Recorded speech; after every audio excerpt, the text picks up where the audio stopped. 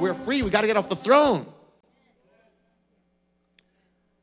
Esther 3, it says, to all the king's servants were in the kingdom, they bowed down.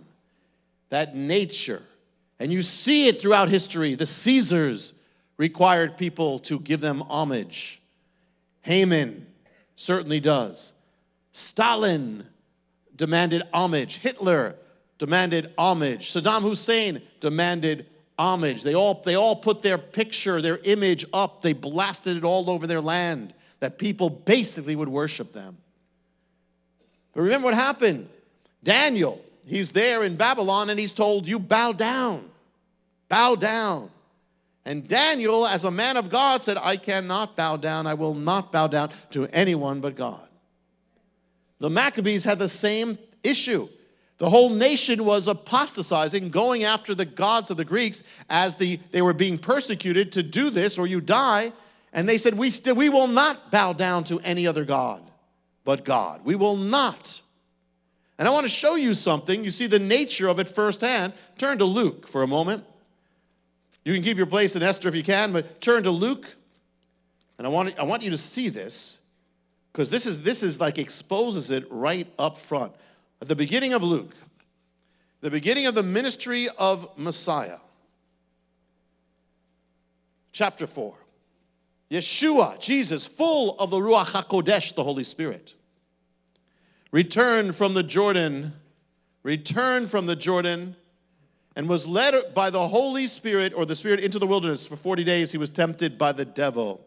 He ate nothing during those days, and when they had ended, he became hungry. And the devil said to him, if you are the Son of God, tell this stone to become bread. Yeshua answered and said, it's written, man shall not live by bread alone. And he led him up and showed him all the kingdoms of the world in a moment of time. And the devil said to him, I will give you all this domain and its glory, for it's been handed over to me. I will give it to whomever I wish. Therefore, if you worship me, it shall all be yours. And Yeshua, Jesus answered, it's written, you shall worship the Lord your God and serve him only. And he led him to Jerusalem and had him stand on the pinnacle of the temple and said to him, if you are the Son of God, the Ben Elohim, cast yourself down from here. For it's written, he will command his angels concerning you to guard you. And on their hands they will bear you up, so you will not strike your foot against a stone. And Yeshua, Jesus answered and said, it is said, you shall not put the Lord your God to the test. All right. What is the enemy trying to do? He's trying to make Yeshua, the Messiah, bow down and worship him. Same spirit as Haman. And he's trying, think about this, he's trying to make God bow down to him. And even, everything he's doing, even when he says turn the stone to bread, well, he's trying to make God follow his command. You see? And so here you see that same nature there. And that's why you see that again and again and again with all these ideologies that put God out. They're all trying to be their own God. Communism was its own God. You had to bow down to it. You had to submit to it, or else you were crushed. Fascism, same thing. Nazism, same thing. It tolerated nothing but full submission and bowing down. Political correctness today, the idea of tolerance, but the tolerance is quickly turning to intolerance, that anyone who says anything against it and goes by the Bible is to be silenced. That is that is what gods do. That when you have a false god, that's what they do. They seek to subdue all things. When man puts himself as God, it's dangerous. Because then the enemy gets right in there.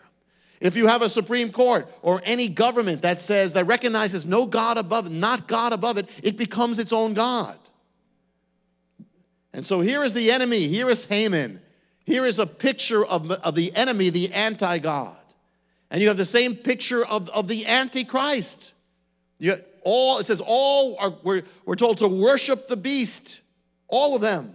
And those who would not would be killed. But there was one who would not bow down.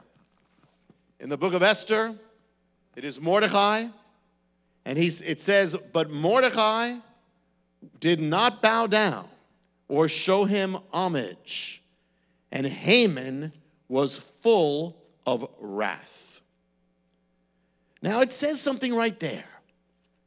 Satan, he wants all to give him homage, all to bow down, but there is one people who always stand in his way.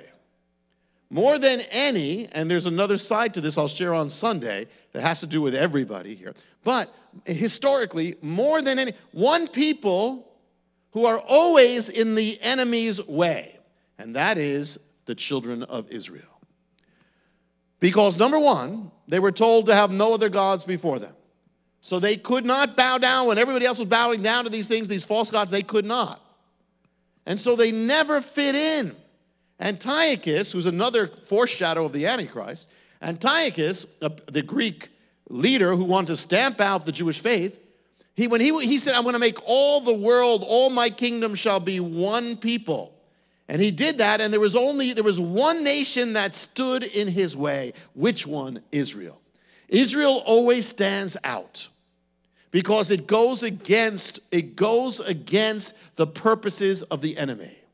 They're always a threat, and that's why there's always attempts to destroy Israel, because Satan does not like that nation. And it reveals you, so it's not just what they do to say there shall be one God, but the very existence of Israel is a threat to the enemy. So he's always trying to destroy them. That's why Israel never fits in. That's why Israel, not the Soviet Union, not China, not Syria, not all these nations which have killed thousands, hundreds of thousands, millions of their own people, the nation that has been more condemned than any other nation is Israel by the United Nations. In fact, I've heard that even if you look at all the resolutions, a good amount of them, even some say a majority, a good amount, or the plurality, is all about condemning Israel. It reveals the roots of anti-Semitism. Anti-Semitism is not natural. It's not bound by time. Doesn't matter if it's ancient times, modern times. There's not one reason, because one will say it's because of this, it's because of that, it's because of that. It's not bound by geography. There's anti-Semitism with people who've never seen a Jew in their life. It's not bound by reason. It's bound by the hatred of Satan. And it's a